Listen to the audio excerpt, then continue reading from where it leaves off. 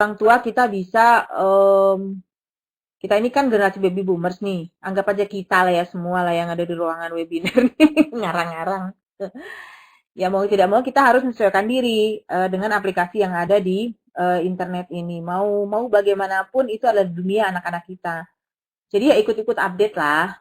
Gitu. Makanya kalau saya sih prinsipnya ketika mengasuh anak-anak ya saya tumbuh bersama mereka. Mereka jadi balita ya saya balita. Mereka jadi ABG ya saya ikut-ikutan sok-sok ABG gitu. Mereka tumbuh menjadi remaja dewasa ya saya harus belajar juga menjadi remaja dewasa yang baik. Dan ini memang tantangannya besar, nggak mudah gitu. Perlu proses pembelajaran, perlu keterbukaan dan tersandung di sana sini gitu ya.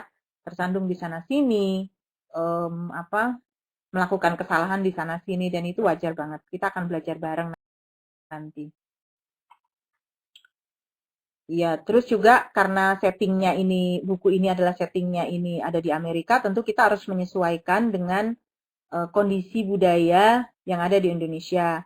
Jadi mungkin kebiasaan-kebiasaan yang dipakai oleh masyarakat Barat, artinya yang menjadi sumber atau informan dari buku ini, tidak semata-mata langsung bisa diterapkan dalam budaya Indonesia, tapi nilai-nilai umumnya saja yang kita pakai gitu.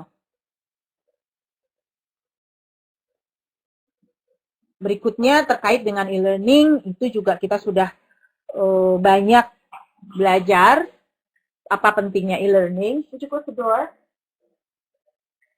Kita juga sudah belajar tentang e-learning, bagaimana menggunakannya secara optimal, termasuk sekarang ini yang kita lakukan adalah e-learning, belajar melalui webinar. Jadi silakan teman-teman kalau yang mau mengajukan pertanyaan terkait dengan isi buku ini, juga terkait dengan pengasuhan di zaman digital, kita bisa rumpi-rumpi bersama, kita berbagi pengalaman saja. Sambil saya sapa-sapa, di ruangan ini ada Eni, ada Yuneng, dia ada yang menulis dengan nama Grown Up Digital ini siapakah? Terus ada Cecilia, Elia, kemudian ada Nur Rohma. Nanti teman-teman yang lain yang tidak berkesempatan ikut live, di kita akan menyimaknya melalui rekaman. Ada pertanyaankah atau ada yang berbagi pengalaman terkait dengan pengasuhan anak di era digital? Oke, ada pertanyaan. Apakah ada penelitian mengenai pengasuhan homeschooling lebih baik dalam pengasuhan anak ketimbang disekolahkan di sekolah umum? Oke, memang ada pilihan-pilihan pendidikan. Yang pertama itu adalah pendidikan yang berbasis rumah atau homeschooling. Ada juga pendidikan yang berbasis formal. Sebenarnya kalau menurut saya pernah anak saya pernah ada yang homeschooling beberapa waktu gitu ya. Ada juga yang sekolah formal. Sekarang semuanya sekolah formal. Tapi dulu kami pernah melewati fase-fase homeschooling karena sebab-sebab tertentu. Kalau pertanyaannya adalah apakah pola pengasuhan yang dilakukan oleh keluarga homeschooler itu lebih baik dibandingkan dengan keluarga yang menyekolahkan anaknya di sekolah formal? Jawabannya tidak. Jadi artinya itu bukan jaminan bahwa pengasuhannya itu lebih baik. Tergantung pada pemahaman keluarga yang bersangkutan. Jadi bukan satu mengungguli yang lain, tapi salah satunya itu menjadi pilihan-pilihan yang khas dalam setiap keluarga. Jadi memang ada keluarga yang cocoknya homeschooling, nggak bisa nggak harus homeschooling gitu.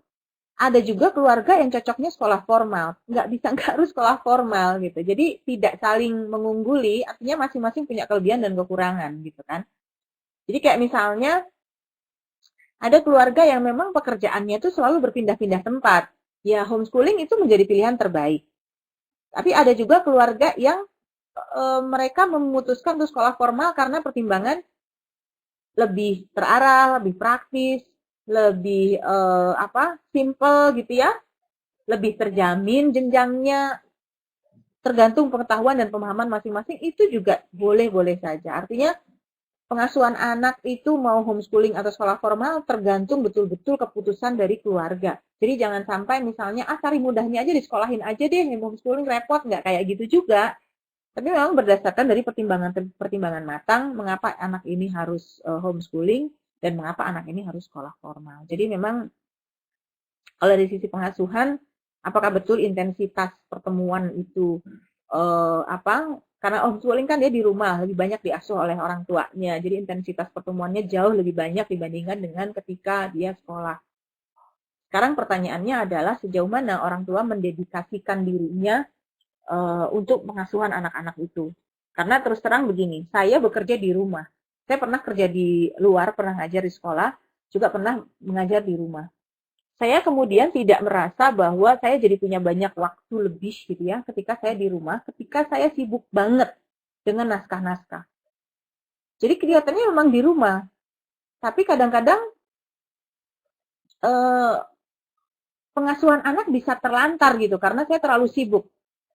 Jadi masalahnya bukan ada pada ada di rumah atau tidaknya, tapi lebih ke manajemennya gitu. Saya jadi sadar loh, saya di rumah tapi kok anak bisa telat makan ya? Ini pengakuan dosa dan ini terjadi betul loh. Saya ada di rumah tapi kok anak keteter juga PR-nya. Jadi ada yang bilang ya iyalah ibunya di rumah pasti PR-nya betul semua gitu. Ternyata enggak. Emaknya di rumah PR juga telantar. Jangan ditiru ya, don't do it at home. Ini contoh buruk ya.